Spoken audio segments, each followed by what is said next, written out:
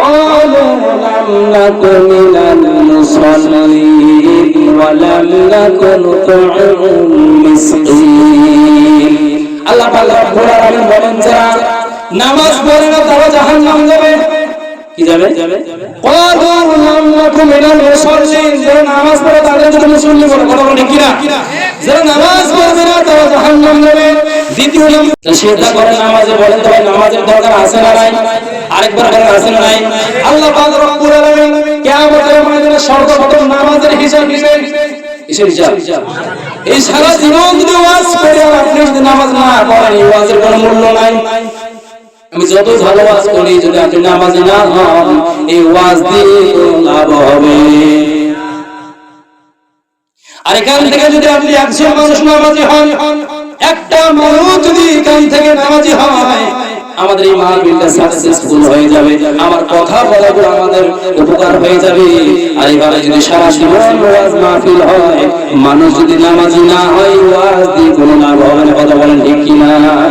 বাংলাদেশের ওয়াজের অভাব হয় না, প্রতিদিন ওয়াজ হচ্ছে মাহফিল হচ্ছে কিন্তু নামাজি বাড়ে না কমে। জোরে বলেন ভাই। কমার পিছনে কারণ আছে, কারণ নিজেই যা বলে সেটা নিজে আমল করে না। কথা বলে নিজেই বলে যেটা সেটা নিজে আমল করে না, এই জন্য হেদায়েত নয়। আমি যেটা বলবো সেটা নিজে আগে করতে হবে তারপরে বলা লাগবে। আমি নিজেই যদি নামাজ না পড়ি আর আপনাকে বলে আমাদের আদেশ দেই মানুষ কি বলেন তো তার কথা মানবে? এটা আল্লাহ পাক রব্বুল আলামিন বলেছে বান্দারা তোমরা নিজেই আগে উপদেশ গ্রহণ করো তারপরে তোমার বান্দাদেরকে তুমি উপদেশ দাও। কথা বলেন ঠিক কি না? আমার ভাইরা এই জন্য আমি আপনাদেরকে অনুরোধ করব জাহান্নাম যাওয়ার মূল কারণ হলো নামাজ পড়া না। মূল কারণ কি? কারা কারা জাহান্নাম যাচ্ছেন হাত তোলো। কথা বুঝছেন নাকি?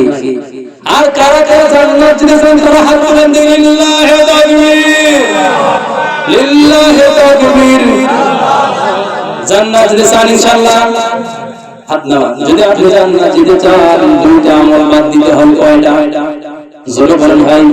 আল্লাহ পাক রব্বুল আলামিন বলেন দুইটা আমল যদি তোমরা বাদ দিতে পারো আমি আল্লাহ পাক রব্বুল আলামিন তোমাদেরকে জান্নাত দান করব। বলেন সুবহানাল্লাহ।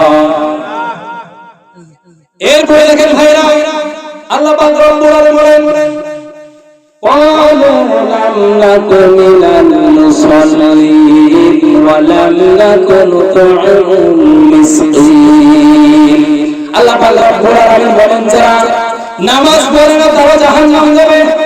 কি যাবে?